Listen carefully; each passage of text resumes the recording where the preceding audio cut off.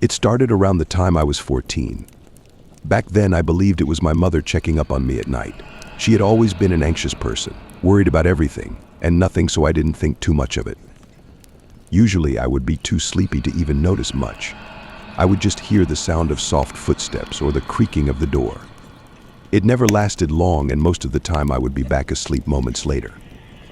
It happened semi-regularly for years, without startling me too much. I didn't scared easily as a child, and even at that young age I usually found logical reasoning for many things. That is, until I was about 17 and the visitor came back. I was lying in bed with my bedroom door closed but not locked. This time it wasn't the sound that woke me, but the soft breeze that made me shiver. As I was just about to pull my blanket over my head, I heard the steps of someone walking over to my desk, rustling through the papers on top of it, drawings I had made that day. I held my breath and made sure to stay frozen. My parents weren't home. It was the first night they'd ever left me completely alone. It had been a long discussion between my parents before they left the house. Even though I was clearly old enough, my mother didn't like leaving me. Her anxiety was never about herself. She was brave when it came to anything but me. I prayed that this person would leave if I stayed still enough. Or maybe my parents came home after all. I didn't dare to check. But I also couldn't hold my breath forever, so I tried as hard as I could to keep it quiet and calm. After what could have been a few minutes or an hour, I felt that the presence was gone, whoever or whatever it was. But I still didn't get up. I didn't check until the sun finally was up and my courage returned. The house was silent and my parents' bedroom was empty. Later in the day, my parents came back home. I knew I couldn't tell my mother because this would only give her more reasons for her fear and paranoia, even if it finally was justified. So I only told my father and made him swear not to tell Mom. He understood and started secretly checking each door and window for any signs of intruders. He couldn't find anything and nothing was taken from our home. "Are you absolutely sure you didn't dream it all, Maeve?" he asked carefully. I shook my head. I wasn't sure about anything anymore. The thing I hadn't told him was that the paint on my drawings was slightly smudged. The nightly visitor stayed a part of my life for the following 5 years. I can't say for sure how often it happened, or how many times I had been asleep during the visits. All I know is that it stayed a constant in my life. Only when I moved away to college did it stop. But every time I was back home, I felt it again. I started putting up a camera to film my room all night, but there was never any footage of another human walking around.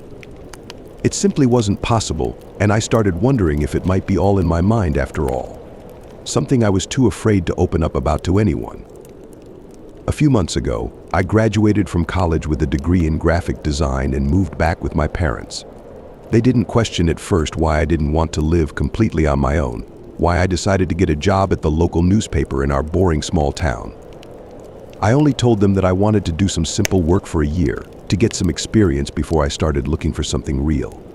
And that was fine with them, especially with my mom, who was always happier to have me close by. As the months went by, I became more and more comfortable. My friends in school had all moved away, but I found new ones.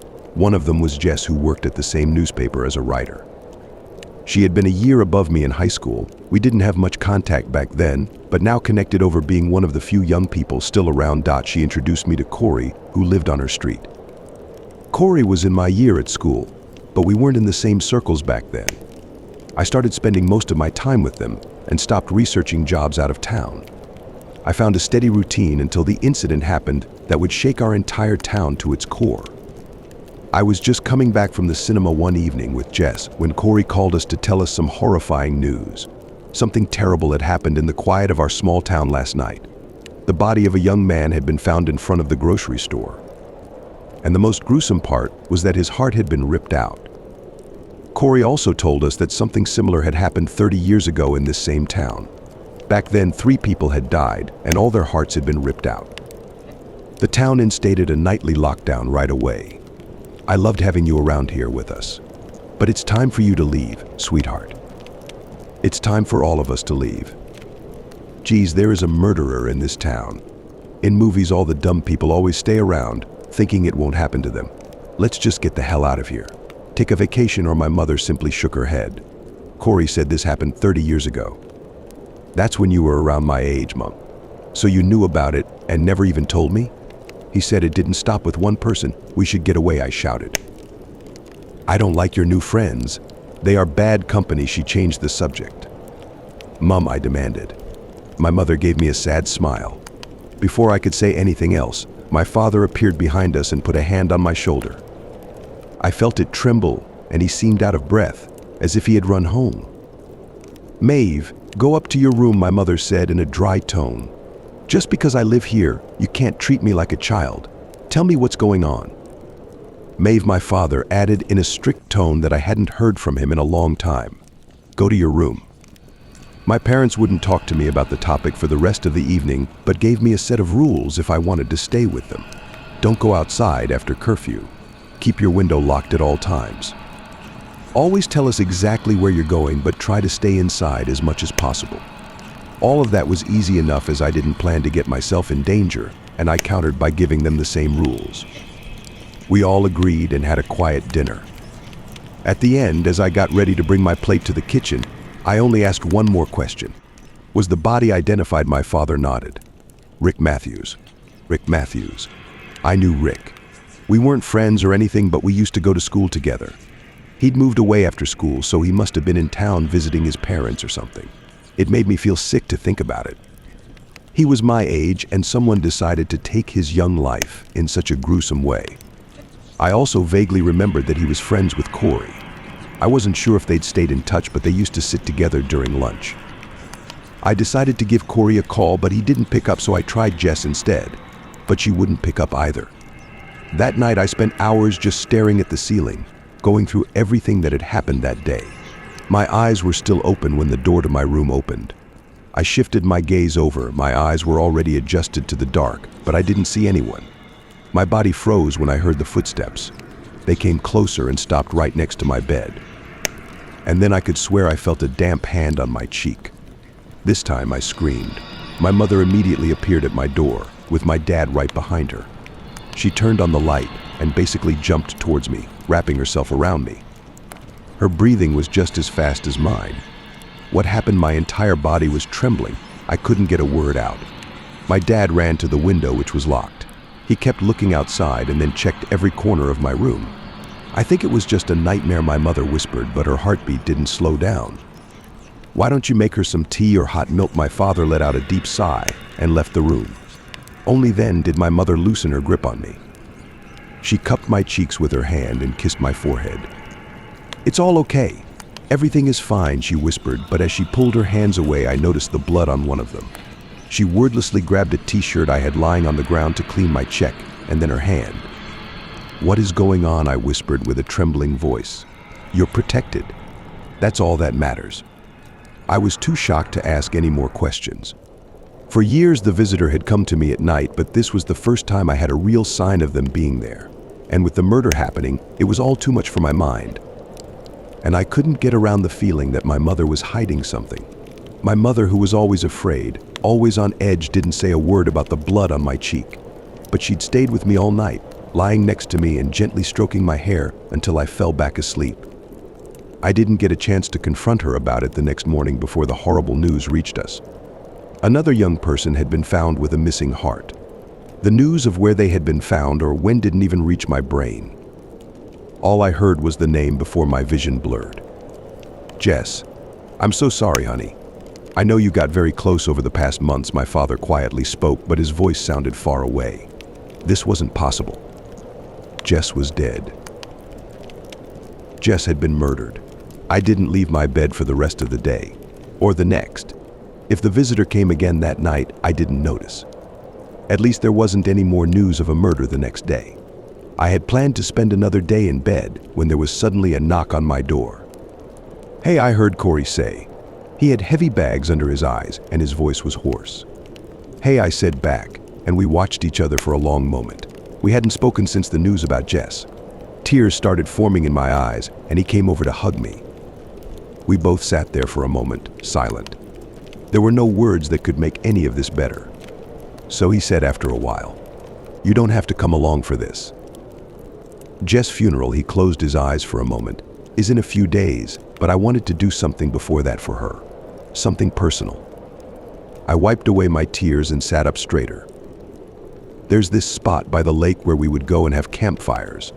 I thought we could go there, say a few words. I don't know, it won't be dark, because we have to leave before lockdown, but let's do it. It was a completely dumb idea, but I was grieving and sick of feeling helpless. Mom wasn't home, but I swore to my dad that I would be back before lockdown. He was reluctant, but I promised to share my location the entire time, and he finally gave in. So Corey and I got in his car and headed for the lake. We made a quick stop at a gas station where I went in to get some drinks while Corey filled up the car. I didn't have the best sense of direction, but the way we were going didn't feel familiar. I felt a knot forming in my stomach when Corey drove a narrow road into the forest and stopped the car next to some big trees. The regular road is blocked. We need to park here and walk the rest, he answered calmly. What? Corey, there's a murderer on the loose. I'm not going through some creepy forest, he lowered his brows. It's not dark yet. I'm sure there are people still walking around with their dogs and stuff here. In the middle of nowhere, I tried to grab my phone but couldn't find it in my bag. Corey looked at me and smiled. Don't worry, Maeve. It ends after 3, and then we don't need to do anything for another 30 years. I had made a massive mistake. Corey, where is my phone? Ditched it at the gas station. You shouldn't have left it in your bag. There's a murderer on the loose after all. I looked around for anything that could work as a weapon. Maybe a drink bottle, but they were on the back seat. My best chance was to try and make a run for it, but he'd locked the doors before I could. Don't worry, I'll open them in just a moment. I just want you to understand that I'm not a monster. Maeve, I don't think you're a monster, I lied, trying to distract him long enough to form a plan. I don't understand this. You couldn't have done this 30 years ago, he grinned. Well, that's 'cause it wasn't me then. This is a family tradition. I never understood why Corey had never left town. His family was insanely well off and he was smart as hell. He could have gone to one of the best schools in the country. It happened 30 years before that as well, but people like to forget things in the past. He gave me a wolfish grin. Why? Why any of this? Because the hearts feed our lands. Give us prosperity and all that other good stuff. All right, Maeve, are you ready? 'Cause I don't want to make my car dirty. With that, he unlocked the door, and without hesitating, I opened my door and ran. I realized too late that I should have run to the street and not into the forest. I heard the woods crack behind me. He wasn't far away, but he kept more distance than he had to. He was playing with me. I could try to surprise him, tackle him, but he definitely had a weapon. Before I could think of a plan, I stumbled on something and fell to the ground, hitting my knee hard on a stone. I tried to get up but couldn't. Then I saw what I had fallen over. A candle, next to a tree with a name carved in. Maeve. My name was carved into the tree. How was that possible? He couldn't have known that I would end up here. Corey's steps sounded closer now, but I didn't dare look back. He laughed loudly. That is just fantastic. You came right to the dying spot. I slowly turned around and looked into Corey's manic face and saw the dagger in his hand. He stopped right in front of me and lifted the dagger above his head. I closed my eyes, saying a silent prayer. And that's when I heard the dagger slam into flesh, but not into mine. I opened my eyes just in time to see Corey's body thud to the ground, the end of the dagger pointing out of his own chest. I don't know how long I crouched on that forest ground, entirely frozen. Nothing made sense. Nothing. I only came back to my senses when I heard someone running towards me in the distance. I grabbed for the dagger that was still in Corey's chest, but halted when I saw who was running toward me. Mum, she let out a scream. Of relief, I realized. She fell to the ground in front of me and grabbed me tight. Then she beheld Corey's body. What happened? So I told her everything. Then her eyes drifted to the tree that had my name on it. She protected you, she said quietly. Tears started forming at the corners of her eyes.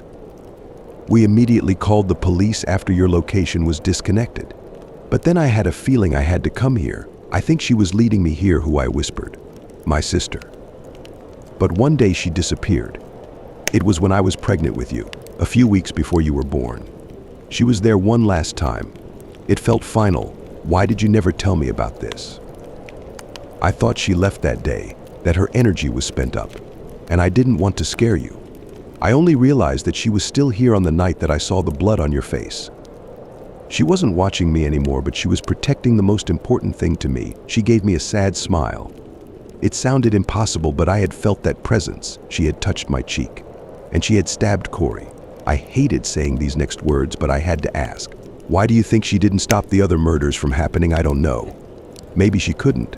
I believe she tried. That's why she had that blood on her hands that night. Maybe seeing you in danger took her over the edge. Is this why you never left town? Tears were rolling down her face. I couldn't leave her alone. I hugged my mother. That was what Corey meant by dying spot. The name on the tree wasn't for me. It was for the woman I was named after. All these years I was afraid of the stranger watching me at night. But as it turns out, she was looking out for me this entire time.